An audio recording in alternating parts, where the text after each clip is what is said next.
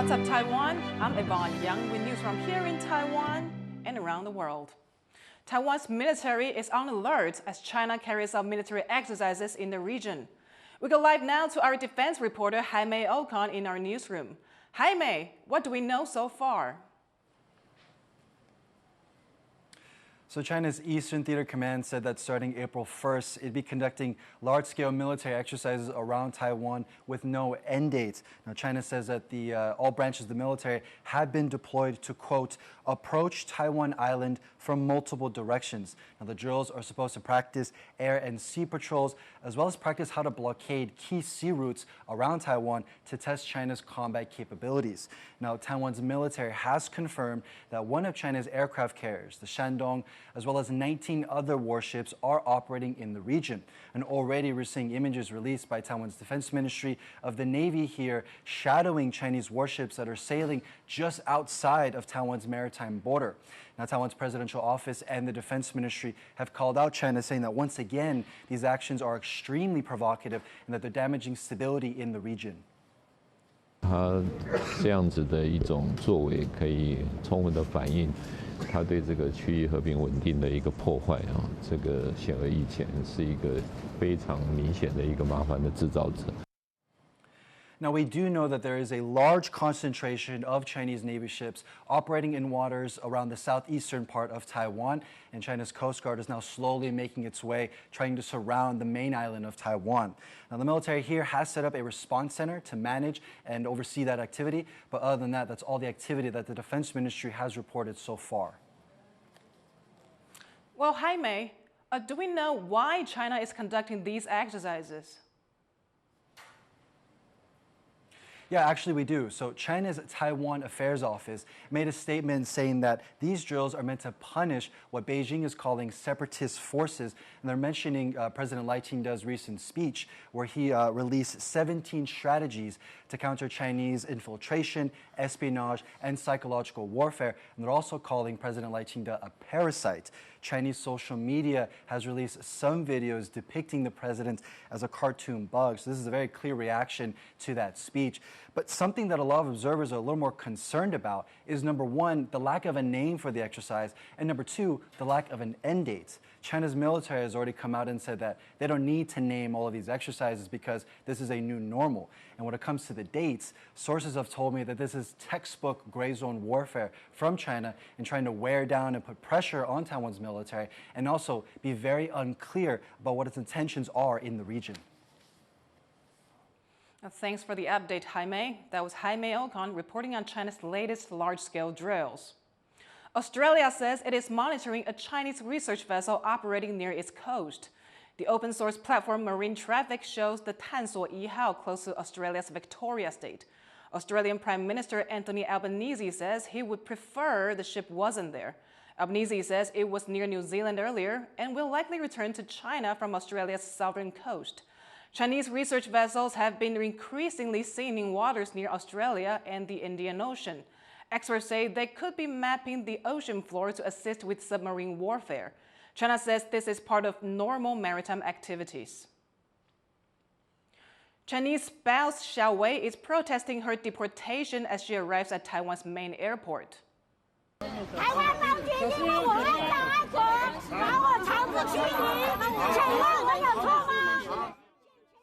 Xiaowei, a Chinese influencer, had her residency permit revoked over social media videos she made supporting China taking Taiwan by force.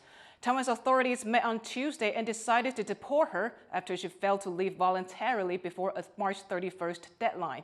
Xiaowei is the third Chinese spouse ordered to leave Taiwan in recent weeks over controversial social media videos. Taiwan's Mainland Affairs Council is once again urging the public not to stigmatize all Chinese spouses in Taiwan over the incidents. 这些极少数的这些不当言论言行的这些陆配不要影响其他国内这个认同台湾爱护我们这块土地的这些其他新住民，不要有这些标签化的影响。 Immigration officials have arranged a flight for Xiaowei to leave Taiwan on Tuesday afternoon.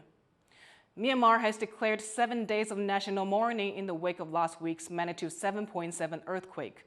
The The official death toll of the disaster has now surpassed 2,000, and authorities fear that number will rise. Rosie Greninger reports. Treating the injured outside Myanmar's Mandalay General Hospital. This makeshift setup due to concerns buildings are not safe after a magnitude 7.7 earthquake struck the city 4 days ago. The country's hospitals have been overwhelmed, with at least 3,900 people injured.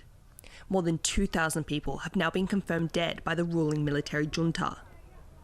With the critical survival window of 72 hours now past, hopes are dimming of finding more survivors. Despite that, rescue workers are continuing to dig through the rubble.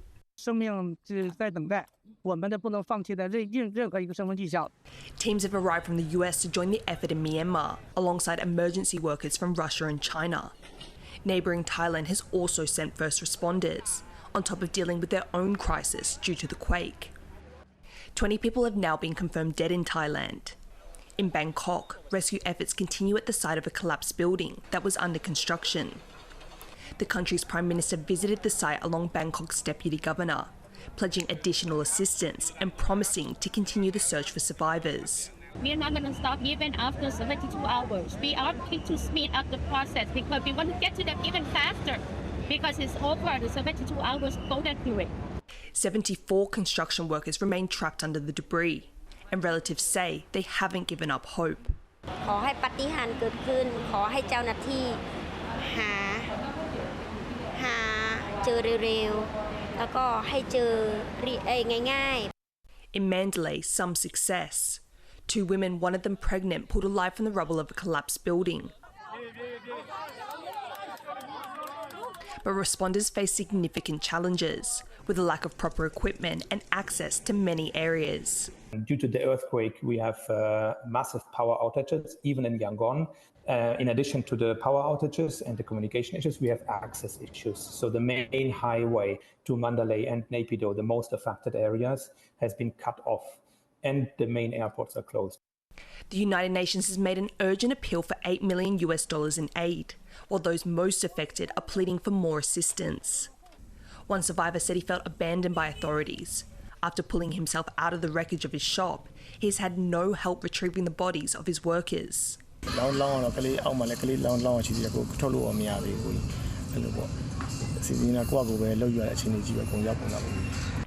Many residents are now in makeshift tents on the street, fearing aftershocks could bring their homes down on them while they sleep. As Myanmar, a country already embattled by civil war, works tirelessly to recover from this disaster, residents here face a long wait for any sense of safety. James Lin and Rosie Greninger for TaiwanPlus.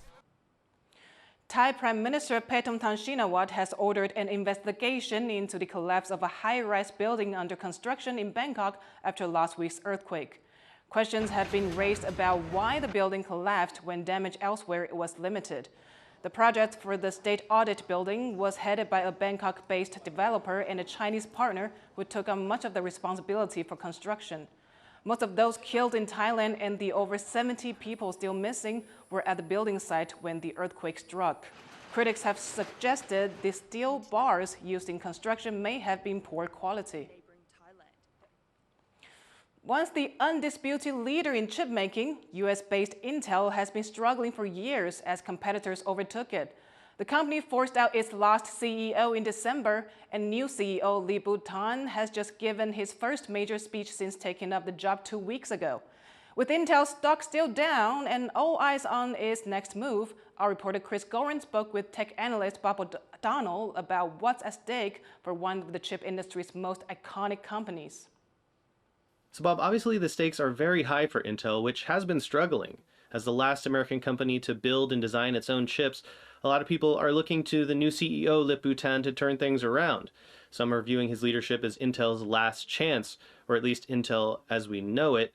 You were there at his speech. What were your key takeaways?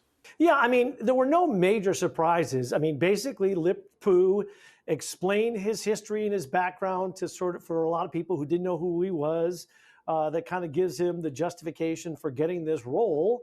And then he talked about how, dedicated he is to Intel. The reason he took the job is because he loves the company and he really wants to do some important things. And so it's about doubling down on the areas where they have strength. That includes the client PC, so CPUs for PCs, the data center, and the foundry. I mean, these are all things that his predecessor Pat Gelsinger was also working on. But I think there's a sense of renewed focus here, and he recognizes that there's some areas that he's going to have to trim the fat on. It's a big company, 110,000 people. And yet he also wants to innovate in new areas. And he talked about a couple of different things, including AI, of course, specifically. And he talked about robotics as an area he's very interested in. Well, on that AI point, let's actually listen to a little bit of what Tan said about it. In the broader AI data area, I'm not happy with our current position. I know that you are not happy either. We are going to learn to write the lesson from the past mistakes and working towards a competitive system that we can provide you. So that's a pretty candid admission there from Tan. What did you make of it? Well, look, I mean, he's just saying what we all kind of know, which is that Intel has not been a big player in AI. I mean, NVIDIA completely dominates. Now, I don't think he feels like he needs to directly compete with NVIDIA right away, and I think no one would expect that to be a very good strategy because that would be very challenging.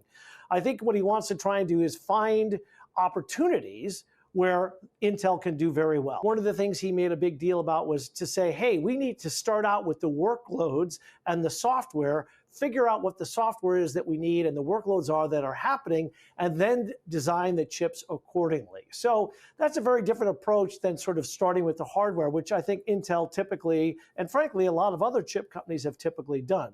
Well, what about the political side of things? In a press release after Tan's speech, Intel specifically names rising tensions between Taiwan and China as a risk. And that says TSMC breaks records with its $165 billion investment in the United States. Now, Tan also hinted at talks with the Trump administration, which has been pushing to bring manufacturing back to the United States. So how is Intel fitting itself into this conversation? Well, look, there is no question in my mind that Intel is absolutely essential and critical to U.S.-based manufacturing. Intel, and specifically Intel's foundry business, is too important to fail. And yes, TSMC is investing a lot of money in the U.S. in factories, but the actual design and all the critical work that they're doing is still based in Taiwan.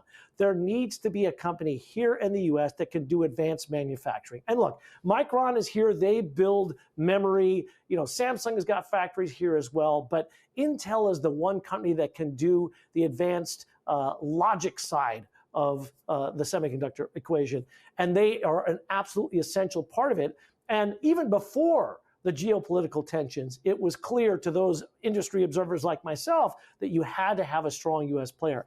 Now, with those tensions growing even higher between Taiwan and China, there's absolutely zero question. That doesn't mean TSMC doesn't play an incredibly important role. They clearly will. But there also needs to be other players, and also from a geographic perspective. And chips are essential to the modern economy. So you've got to have as much diversity as you possibly can. And that's why Intel is so important.